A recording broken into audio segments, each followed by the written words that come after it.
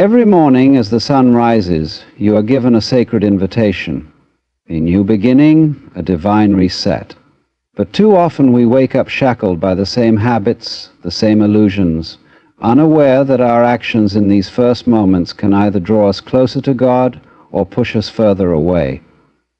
We grip tightly to control, rush past stillness, and let words of complaint escape our lips before we even acknowledge the gift of breath. But what if I told you that these small unconscious habits are not just distractions, they anger God? Not in the way of human wrath, but in the way a loving father mourns when his children turn away from wisdom. There is a way to begin each day in alignment with the divine, but first we must recognize and release the habits that lead us astray. Every morning as the sun rises, you are given a sacred invitation, a new beginning, a divine reset. But too often we wake up shackled by the same habits, the same illusions, unaware that our actions in these first moments can either draw us closer to God or push us further away. We grip tightly to control, rush past stillness, and let words of complaint escape our lips before we even acknowledge the gift of breath. But what if I told you that these small unconscious habits are not just distractions? They anger God, not in the way of human wrath, but in the way a loving father mourns when his children turn away from wisdom. There is a way to begin each day in alignment with the divine, but first we must recognize and release the habits that lead us astray.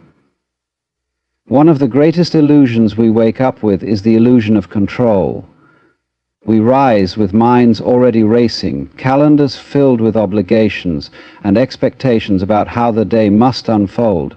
We believe that if we strategize, if we worry, if we plan obsessively, we can bend life to our will.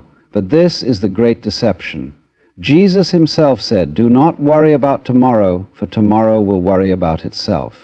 Yet we wake up every day tangled in anxieties about what is to come. We check our phones before we check our souls. We calculate our next move before we commune with the one who holds all things. And in doing so, we subtly dethrone God from our hearts, making ourselves the center of the universe. But control is a mirage. You may think you are the master of your destiny, but life moves like the wind, unpredictable, untamed.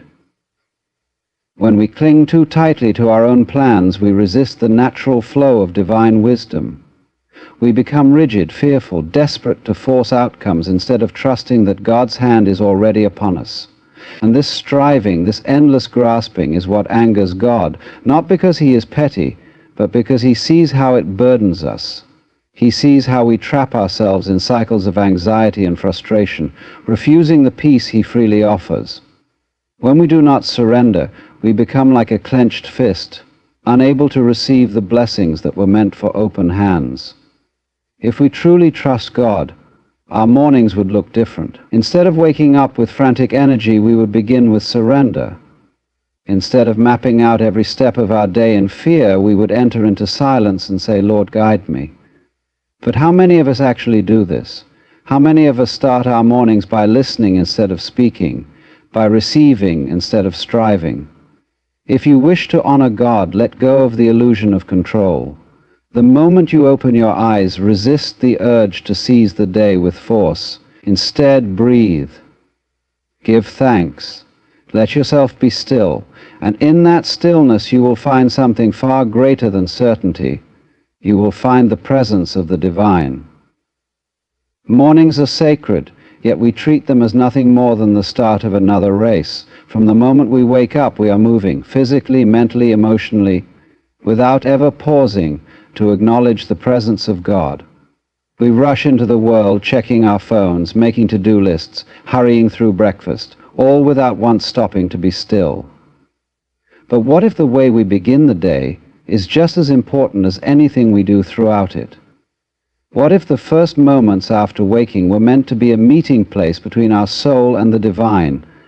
Throughout Scripture, God calls his people into stillness. "Be still and know that I am God," he says in Psalm 46. But stillness is uncomfortable. We would rather fill the silence than sit in it. We would rather stay busy than confront the deeper truths that surface when we slow down. And so we wake up and immediately engage with the noise of the world. But this neglect of sacred stillness is a form of spiritual starvation. Just as our bodies need nourishment in the morning, so do our spirits. Yet instead of feeding our souls with prayer, meditation, or reflection, we fill our minds with distractions. We scroll through endless information, engage in conversations that do not serve us, and jump headfirst into the worries of the day, all before we have taken a single moment to sit in the presence of God. Imagine waking up and seeing the sun rise, the world still quiet, the air fresh with possibility. That moment is an invitation. It is a call to stop, to breathe, to listen. But too often we ignore this invitation. We convince ourselves that we don't have time to sit in silence, that we have too much to do, that God will understand if we skip a moment of reflection today. But what happens when today becomes tomorrow and tomorrow becomes a pattern? What happens when the first moments of our day are given to the world instead of to the Creator? We become restless, disconnected, easily shaken. Without time in God's presence, we are left wandering through the day with no foundation. We wonder why we feel anxious, why we feel distant from God, why we struggle to find peace, yet we never pause long enough to receive the very thing we need. When Jesus walked the earth, he often withdrew to be alone in the early hours of the morning. Before the demands of the world could reach him, he chose stillness. He met with the Father before meeting with anyone else. And if the Son of God himself saw the need for quiet communion, how much more do we? If we truly believe that God is the source of our strength, then why do we wake up and rush into the day without first drinking from that source? The morning is not meant to be an afterthought. It is meant to be a sacred offering. When we start our day in stillness, we are not just taking a break from the noise, we are aligning ourselves with the rhythm of heaven. We are saying, before I speak, I will listen. Before I move, I will be present. Before I seek the world, I will seek you. This is not about rules or religious obligation. It is about relationship. It is about waking up and acknowledging that before anything else, you are a child of God, and He is waiting to meet with you. But the question remains, will you make space for Him? Or will you continue to fill your mornings with everything but His presence? Words are powerful. From the moment we wake up, the words we speak begin shaping the atmosphere of our day. Yet how often do we begin the morning by speaking words of complaint, frustration, or negativity? Without realizing it, we breathe life into our own struggles by declaring them first thing in the morning. We wake up saying, "I'm so tired. I don't feel like doing this today," or "This day is already off to a bad start." These words may seem harmless, but they are seeds planted in the soil of our reality, and just like any seed, what we plant will grow. Scripture tells us in Proverbs 18:21 that death and life are in the power of the tongue. This means that every word we speak either brings life or brings destruction. But we live in a world that conditions us to focus on what's wrong, to voice our frustrations, to complain about what we lack, rather than give thanks for what we have. And so, before the day even truly begins, we have already positioned ourselves in opposition to God's blessings. Instead of stepping into the morning with gratitude, we curse the day without even realizing it. But how can we expect to walk in God's favor if the words we speak are constantly rejecting the goodness He has placed before us? The enemy does not need to steal our joy if he can simply convince us to surrender it with our own words. He does not need to rob us of peace if he can get us to speak words of fear, doubt, and discontentment. Many times we blame circumstances for our struggles, but we fail to recognize that the greatest battle is often fought with the tongue.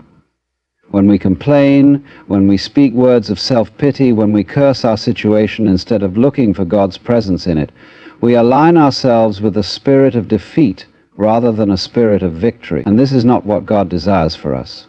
He has given us the power to declare His goodness, to speak His promises, to shape our reality with words of faith, but instead we waste that power on negativity. Imagine if the first words you spoke each morning were words of life. Imagine waking up and saying, "Today is a gift." God's mercies are new this morning. I am grateful for the breath in my lungs, for the opportunities before me, for the unseen blessings that await. This is not just positive thinking, it is spiritual alignment. It is choosing to see through the eyes of faith rather than through the lens of circumstance. When we begin the day with words of gratitude and faith, we shift the atmosphere. We open ourselves to receive God's presence in a deeper way.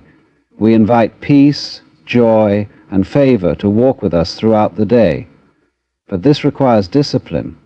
It requires catching ourselves in the moments when negativity wants to take hold. It requires being intentional about what we say, even when we don't feel like it. Some mornings you may not feel like speaking words of life. You may wake up tired, frustrated, or burdened by the weight of yesterday's troubles. But faith is not about feelings. Faith is about choosing to declare truth, even when circumstances try to tell you otherwise. And the truth is this: every morning is a new beginning. Every sunrise is a reminder that God is still working, still present, still providing, and if we truly believe that, then our words should reflect it. So the next time you wake up, be mindful of what you say. Speak life, not death. Speak gratitude, not complaint. Speak faith, not fear. Because the words you choose in the morning do not just set the tone for your day, they set the direction of your spirit. And when you align your words with God's truth, you will find that His presence follows you wherever you go. From the moment we wake up, we are pulled in many directions. Notifications demand our attention, schedules dictate our priorities, and the pressures of life push us to chase after success, security, and validation. Without even realizing it, we begin our mornings serving false idols, things that promise fulfillment but leave us empty. We may not bow before golden statues, but we worship other gods just the same. The first thoughts and actions of our day reveal what truly holds our hearts. Do we wake up and seek God, or do we immediately check our phones, worrying about messages, news, or social media? Do we start our morning in prayer, or do we start it by calculating our next move in the pursuit of wealth, status, or approval? It is not that work, ambition, or responsibilities are wrong, but when they take precedence over our relationship with God, they become idols. And idolatry, no matter how subtle, always leads to a restless spirit. Jesus warned us about this when He said, "Seek first the kingdom of God and His righteousness, and all these things will be added to you." Yet how often do we reverse this? We seek everything else first: money, productivity, comfort, and then, if there is time left, we give God whatever remains. But God does not want our leftovers. He does not want to be an afterthought in our day. He wants to be the foundation upon which everything else is built. The danger of idolizing temporary things is that they will always demand more from us. If success is our God, we will never feel successful enough. If money is our God, we will never have enough. If human approval is our God, we will constantly fear rejection. These idols promise fulfillment, but leave us exhausted, chasing something that can never truly satisfy. And worst of all, they pull us away from the presence of God. The enemy knows this. He knows that if he can get us to worship the temporary, we will miss out on the eternal.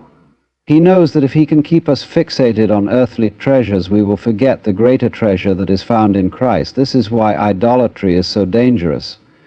It does not always look evil. Sometimes it looks like hard work, like ambition, like responsibility. But anything that replaces God in our hearts, no matter how justifiable, will ultimately lead us astray.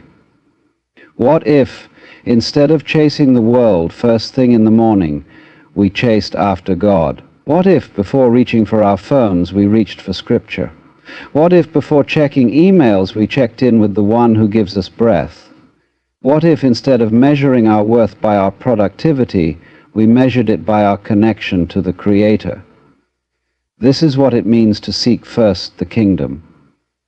It is not about neglecting our responsibilities, but about placing them in their proper order, under God's authority, not above it. When we begin our day with God at the center, everything else falls into place.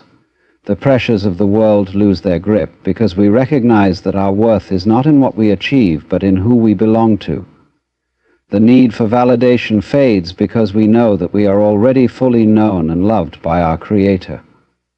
The pursuit of temporary things no longer enslaves us because we understand that our true treasure is found in Him. Each morning is an opportunity to decide who we will serve.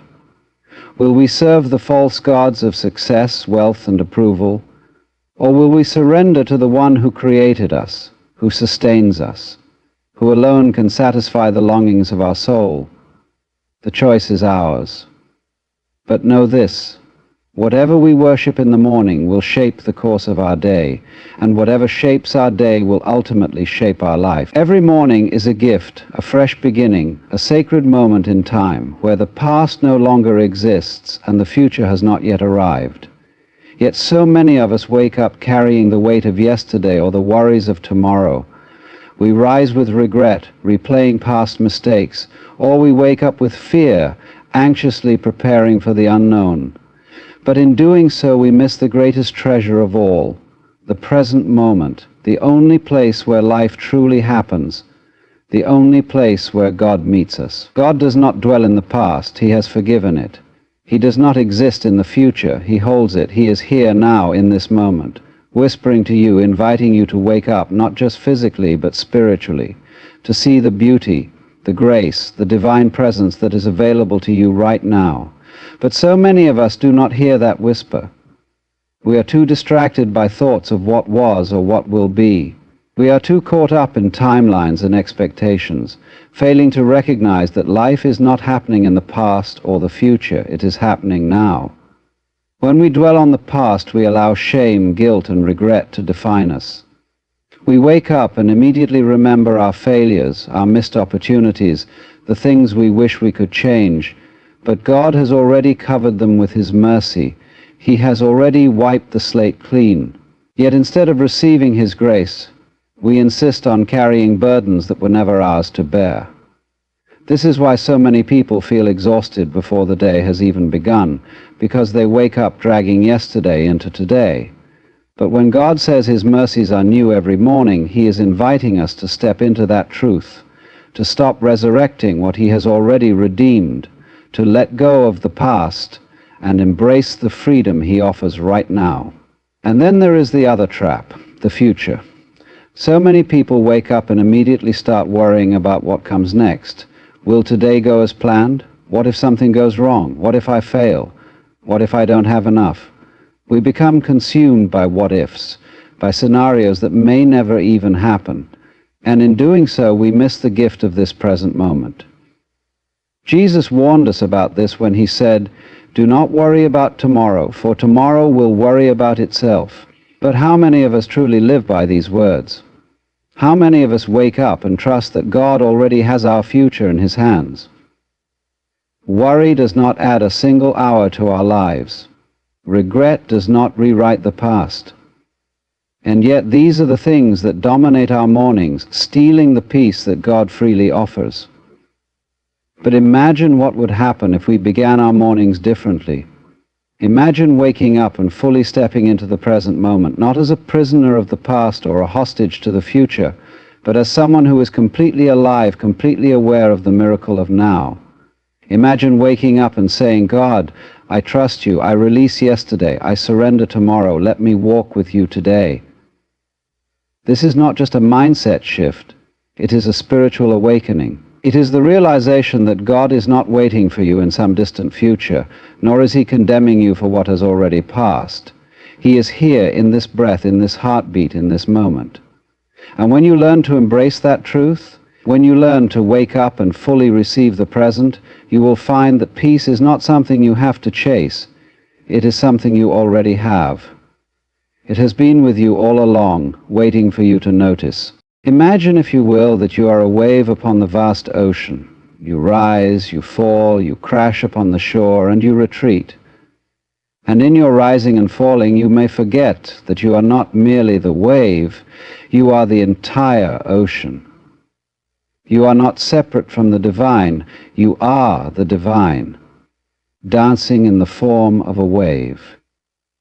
And so, when we speak of being marked by God, we are not speaking of some exclusive club or a special badge of honor. We are speaking of the recognition of your true nature, the awakening to the fact that you are already and always have been a part of the infinite. Imagine, if you will, that you are a wave upon the vast ocean. You rise, you fall, you crash upon the shore, and you retreat. In your rising and falling, you may forget that you are not merely the wave. You are the entire ocean. You are not separate from the divine. You are the divine, dancing in the form of a wave. And so when we speak of being marked by God, we are not speaking of some exclusive club or a special badge of honor. It's our basic badging. We are speaking of the recognition of your true nature, the awakening to the fact that you are already, and always have been, a part of the infinite. This is not a distant, abstract concept, but a lived reality, a truth that unfolds in the quiet moments of your life, in the spaces between thoughts, in the stillness beneath the noise. To be marked by God is not to be set apart from the world, but to realize your profound connection to it. It is to see that the divine is not something outside of you, not a distant figure in the sky, but the very essence of your being. You are not a separate entity struggling to find your place in the universe. You are the universe, expressing itself in this particular form, at this particular time. And when you begin to see this, when you begin to feel this, your life takes on a new depth, a new richness. You start to notice the signs, the subtle whispers of the divine that have been there all along, waiting for you to pay attention. The first of these signs is a sense of inexplicable alignment. Have you ever experienced moments where life seems to flow effortlessly, where the right people appear at the right time, or where a sudden insight arrives like a gift from the universe? These are not mere coincidences. They are the universe whispering to you, reminding you that you are in harmony with its rhythm. You are not pushing the river, you are flowing with it. And in those moments you realize that you are not separate from the divine intelligence that orchestrates all things. You are it, and it is you. This alignment is not something you can force or manufacture. It is a natural state of being, a state that arises when you stop trying to control everything and instead trust in the intelligence of life. It is the recognition that you are not the author of your story, but a character in a much larger narrative, a narrative that is infinitely more beautiful and complex than anything you could ever imagine. This sense of alignment often comes with a deep feeling of peace and knowing that everything is exactly as it should be, even if it doesn't look that way on the surface. It is the understanding that the universe is not random or chaotic, but a finely tuned symphony, and you are an integral part of that symphony. When you are in alignment, you feel a sense of purpose, not because you have figured everything out, but because you have let go of the need to figure everything out. You have surrendered to the flow, and in that surrender you find a profound sense of freedom. You realize that you don't have to have all the answers, that you don't have to know how everything is going to turn out. All you have to do is show up, be present, and trust that the universe has your back. But this alignment is not a one-time event. It is an ongoing process, a dance between effort and surrender, between action and stillness. It requires you to be awake, to be aware, to pay attention to the subtle cues and signals that the universe is constantly sending you. It asks you to let go of your preconceived notions, your rigid plans, your need for certainty, and instead embrace the mystery, the uncertainty, the not knowing, trusting that this passive experience is enough. It is one more passage to heaven. It is in this space of not knowing that the magic happens, that the divine reveals itself in ways you could never have anticipated. And so, if you find yourself experiencing this sense of alignment, if you notice that life seems to be conspiring in your favor, take it as a sign that you are marked by God. But remember, this mark is not something that sets you apart from others. It is something that connects you to them. It is the recognition that we are all waves on the same ocean, all expressions of the same divine intelligence. Yes, sir, dice. Quote, and when you live from this place of alignment, when you trust in the flow of life, you become a beacon of light. A reminder to others of their own divine nature. You become a living testament to the fact that we are all marked by God, that we are all part of the infinite, and that we are all, in our own unique way, perfect. The second sign that you are marked by God is the call to surrender. This is not a call to give up or to resign yourself to a life of passivity, but rather an invitation to let go of the illusion of control. It is a recognition that, despite your best efforts, you are not the one steering the ship. You are not the master of your destiny in the way you might think. Instead, you are a participant in a much larger dance, a dance that is choreographed by the intelligence of the universe itself. The surrender, then, is not an act of weakness, but an act of profound trust. It is the understanding that you do not need to have all the answers, that you do not need to know how everything is going to unfold. All you need to do is show up, be present, and allow life to move through you. This call to surrender often comes at moments when you feel most out of control, when your plans have fallen apart, when the ground beneath your feet has shifted. It is in these moments that the universe is asking you to release your grip, to stop trying to force things to happen, and instead allow them to unfold naturally. This can be incredibly difficult, especially in a world that values control, certainty, and predictability. We are taught from a young age that we need to have a plan, that we need to set goals and work tirelessly to achieve them. And while there is certainly value in intention and effort, there is also a danger in becoming too attached to outcomes, in believing that we know what is best for us. The truth is, we often don't. The universe has a way of seeing the bigger picture, of knowing what we need even when we don't. So it's time to trust insight, intuition, inspiration, and intention. And so, when we surrender, we are not giving up. We are opening ourselves up to something greater, something beyond our limited understanding. Surrender is not a one-time event, but an ongoing practice. It is something you must choose again and again, moment by moment. It requires a deep level of trust, a willingness to let go of your need for certainty and instead embrace the unknown. This can be terrifying, especially if you are someone who likes to have everything figured out. But it is also incredibly liberating. When you surrender, you are no longer burdened by the weight of trying to control everything. You are free to simply be, to experience life as it is, without resistance or struggle. And in that freedom, you begin to notice the subtle ways in which the universe supports you, the ways in which it provides for you, even when things don't go according to plan. One of the most beautiful aspects of surrender is that it allows you to see the divine in everything. When you stop trying to control the outcome, you begin to notice the perfection in the process.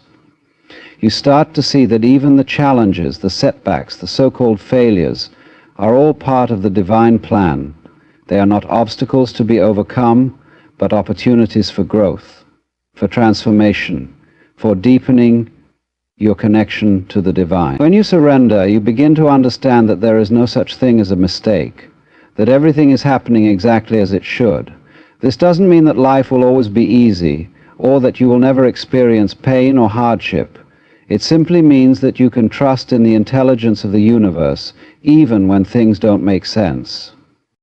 Surrender also opens the door to a deeper level of creativity. When you let go of your need to control, you create space for new ideas, new possibilities, new ways of being to emerge. You become a vessel for the divine, a channel through which the universe can express itself. This is where true creativity comes from.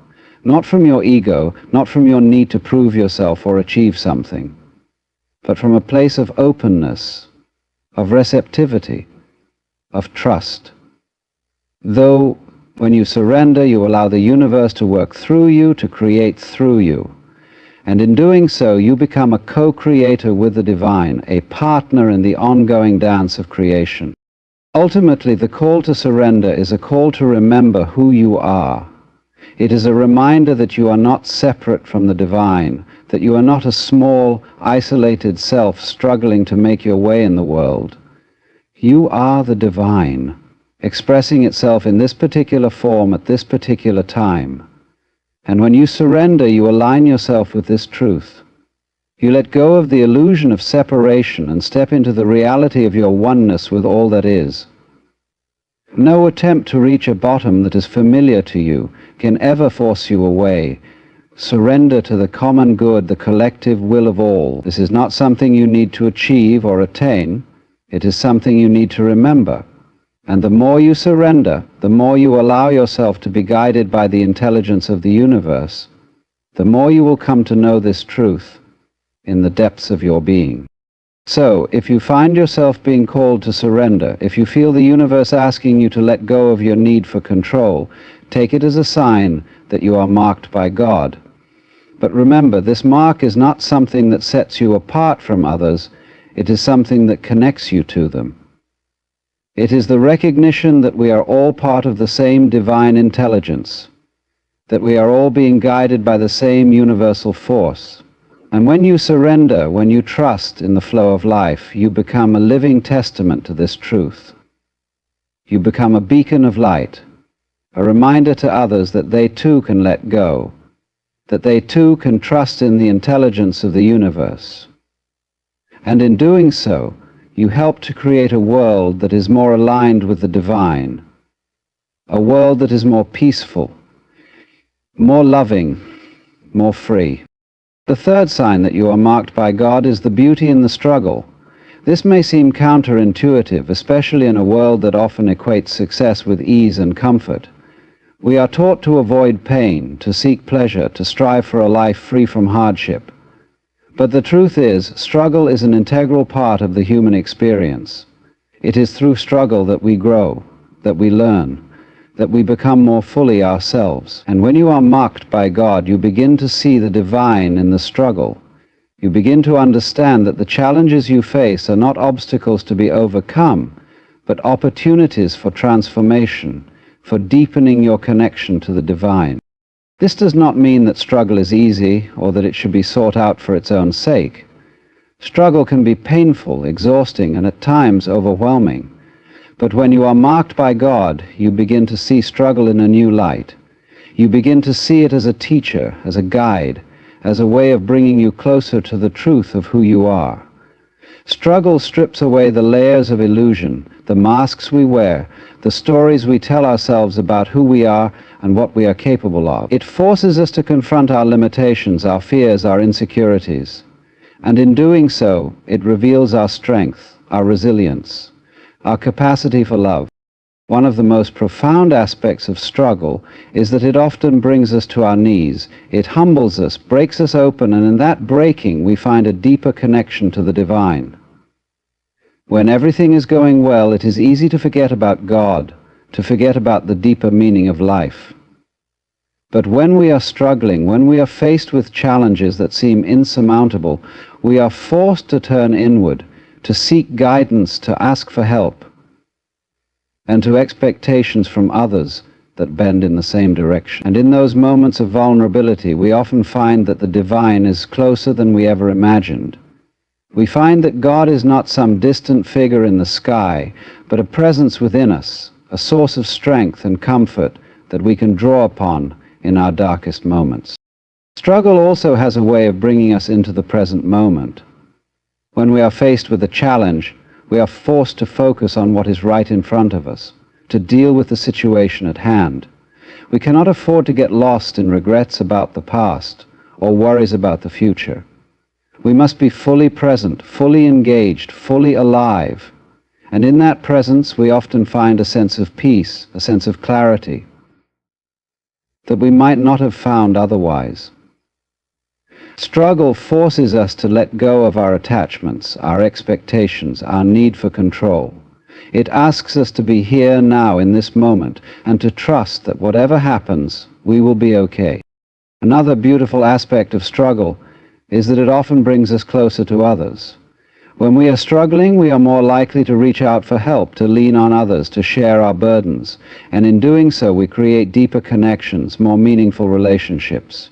We realize that we are not alone, that we are all in this together, that we are all struggling in our own ways. This sense of connection, of solidarity, is one of the most powerful gifts of struggle. It reminds us that we are part of something larger than ourselves, that we are all connected, that we are all in this together. Struggle also has a way of revealing our true priorities. When we are faced with a challenge, we are forced to ask ourselves what really matters, what we are willing to fight for, what we are willing to sacrifice. It strips away the superficial, the trivial, the unnecessary, and leaves us with what is truly important. And in doing so, it helps us to align our lives with our deepest values, our highest aspirations. In terms of the name of Jose Castillo, what matters is you, our position. It helps us to live more authentically, more purposefully, more meaningfully. Ultimately, the beauty in the struggle lies in its ability to transform us. It is through struggle that we become more fully ourselves, more fully alive, more fully connected to the divine. Struggle is not something to be avoided or feared. It is something to be embraced, to be honored, to be grateful for. It is through struggle that we discover our strength, our resilience, our capacity for love. It is through struggle that we come to know the divine in a deeper, more intimate way. So, if you find yourself in the midst of struggle, if you are facing challenges that seem insurmountable, take it as a sign that you are marked by God. But remember, this mark is not something that sets you apart from others. It is something that connects you to them. It is the recognition that we are all struggling in our own ways, that we are all on this journey together. And when you embrace the struggle, when you see the beauty in it, you become a beacon of hope, a source of inspiration, a reminder to others that they too can find meaning and purpose in their struggles. You become a living testament to the fact that struggle is not the end of the story, but the beginning of a deeper, more profound connection to the divine. The fourth sign that you are marked by God is the urge to create. This is not merely a call to pick up a paintbrush, write a poem, or compose a song, though it may include those things. It is something far deeper, far more fundamental. It is the impulse to bring something new into the world, to contribute your unique essence to the unfolding tapestry of existence. This urge to create is not born out of ego or a desire for recognition. It arises from a place of alignment with the divine, a recognition that you are a co-creator with the universe itself. You are not here to repeat what has already been done, to follow a script written by someone else. You are here to add your own note to the symphony, your own brushstroke to the canvas, your own flavor to the feast of life." End quote. This creative impulse is not limited to artists or musicians or writers. It is present in everyone, though it may manifest in different ways. For some, it may be the desire to build a business, to solve a problem, to innovate. For others, it may be the urge to nurture a garden, to raise a family, to create a home filled with love and warmth. Whatever form it takes, the urge to create is a divine spark, a reminder that you are not a passive observer of life, but an active participant in its unfolding. It is the universe expressing itself through you, using your hands, your voice, your mind, your heart to bring something new into being. When you are marked by God, this creative impulse becomes impossible to ignore. It may start as a quiet whisper, a subtle nudge, a feeling of restlessness or dissatisfaction with the status quo. But over time, it grows louder, more insistent, until it becomes a driving force in your life. You may feel a sense of urgency, a need to act, to bring your ideas into the world. This is not something you can easily push aside or dismiss. It is a calling, a sacred duty, a recognition that you have something unique to offer, something that only you can bring into existence. The act of creation is not always easy. It requires courage, vulnerability, and a willingness to step into the unknown. It asks you to trust in your own abilities, to believe in the value of your contribution even when others may doubt you. It demands that you confront your fears, your insecurities, your self-doubt, and to create anyway. But in doing so, you tap into a source of power and inspiration that is greater than yourself.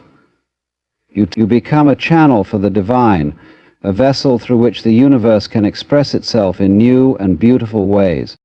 One of the most profound aspects of the creative process is that it often leads to a deeper understanding of yourself and your place in the world. When you create, you are not just bringing something new into the world, you are also uncovering hidden parts of yourself, discovering talents and abilities you may not have known you had. You are exploring the depths of your own soul, confronting your fears and insecurities. And in doing so, you come to know yourself more fully. This self-discovery is not always comfortable, but it is always transformative. It is through the act of creation that you become more fully yourself, more fully alive, more fully connected to the divine. The urge to create is also a powerful antidote to the sense of meaninglessness that so many people feel in the modern world. In a culture that often values consumption over creation, it is easy to feel disconnected, adrift, as though your life has no real purpose. But when you create, you are reminded of your inherent worth, your inherent value. You are reminded that you are not here to simply take up space, to consume resources, to follow the path laid out by others. You are here to contribute, to add something of value, to make the world a more beautiful, more vibrant, more meaningful place. This creative impulse is not something you need to force or manufacture. It is a natural expression of your connection to the divine, a reflection of the fact that you are made in the image of a creator. Just as the universe is constantly creating, constantly evolving, so too are you. You are not a static being, fixed and unchanging. You are a dynamic, ever-evolving expression of the divine. And your urge to create is a testament to that fact. When you heed this call to create, you become a living testament to the power of the divine. You become a reminder to others that they too have something unique to offer, that they too are co-creators with the universe. Your creations, whatever form they take, become a source of inspiration, a beacon of hope, a reminder that we are all part of something greater than us. They become a way of connecting with others, of sharing your essence with the world, of contributing to the ongoing dance of creation. So, if you feel the urge to create, if you sense that there is something within you longing to be expressed, take it as a sign that you are marked by God. But remember, this mark is not something that sets you apart from others. It is something that connects you to them. It is the recognition that we are all creators, that we all have something unique to offer, that we are all part of the same divine tapestry. V.S. Jones, and when you create, when you bring your unique essence into the world, you become a living testament to this truth. You become a beacon of light, a source of inspiration, a reminder to others that they too can create, that they too can contribute, that they too can make the world a more beautiful, more vibrant, more meaningful place. The fifth sign that you are marked by God is the dance of creation itself. The realization that you are not merely a participant in life, but an essential part of its unfolding. This is not about grand achievements or external validations. It is about recognizing that your very existence is a creative act, a unique expression of the divine. You are not here by accident, nor are you here to simply go through the motions. Point down.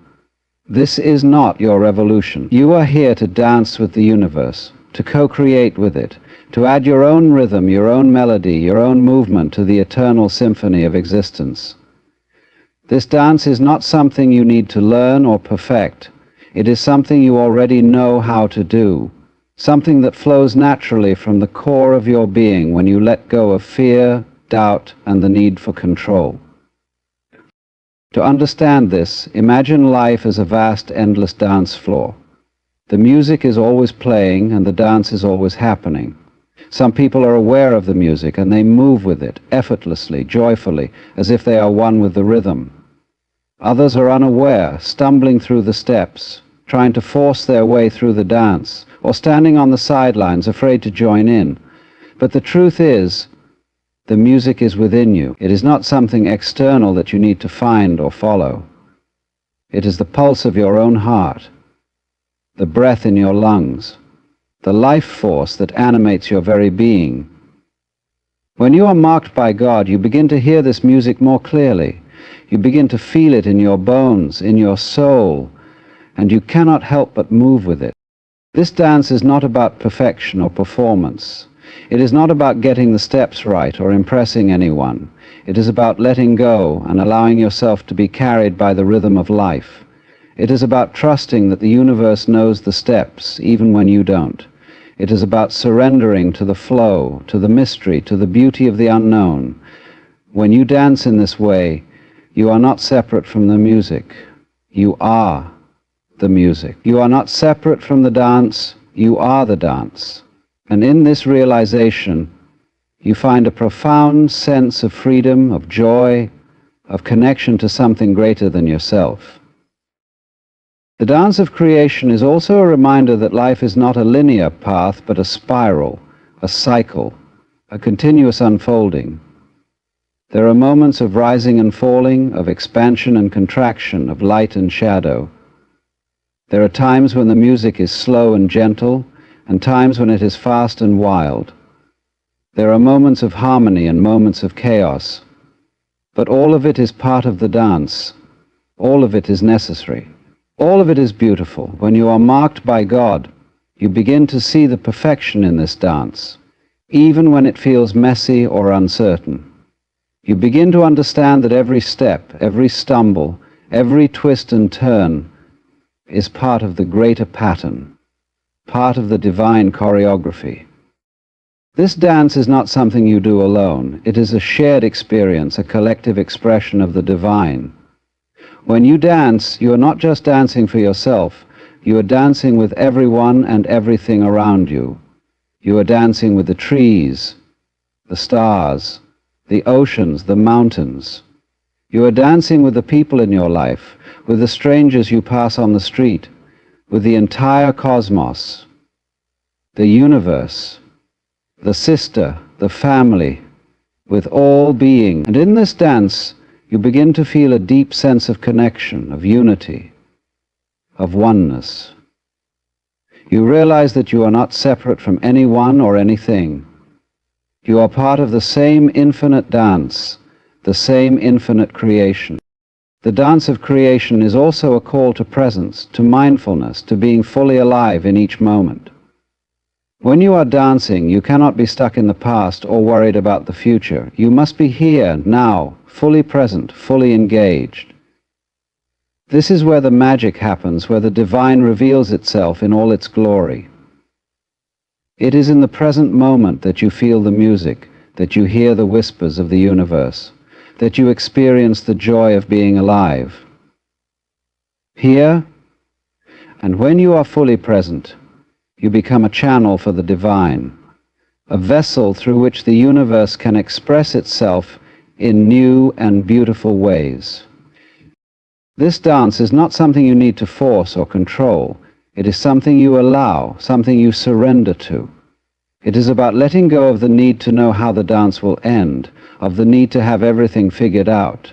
It is about trusting that the universe knows the steps, that it will guide you, that it will carry you. And in this trust, you find a deep sense of peace, of ease, of flow. You realize that you do not need to struggle or strive. You simply need to let go and allow the dance to move through you. When you are marked by God, this dance becomes your way of being in the world. It becomes your prayer, your meditation, your offering to the divine. It is not something you do, it is something you are. And in this dance, you become a living testament to the beauty, the joy, the mystery of existence. You become a reminder to others that they too can dance, that they too can let go, that they too can trust in the rhythm of life. You become a beacon of light, a source of inspiration, a living expression of the divine. So, if you feel the call to dance, if you sense the music within you, take it as a sign that you are marked by God. But remember, this mark is not something that sets you apart from others. It is something that connects you to them. It is the recognition that we are all part of the same dance, the same creation, the same divine expression. And when you dance, when you let go and allow the music to move through you, you become a living testament to this truth. You become a reminder to others that they too can dance, that they too can create, that they too can be fully alive. And in doing so, you help to create a world that is more joyful, more vibrant, more connected to the divine.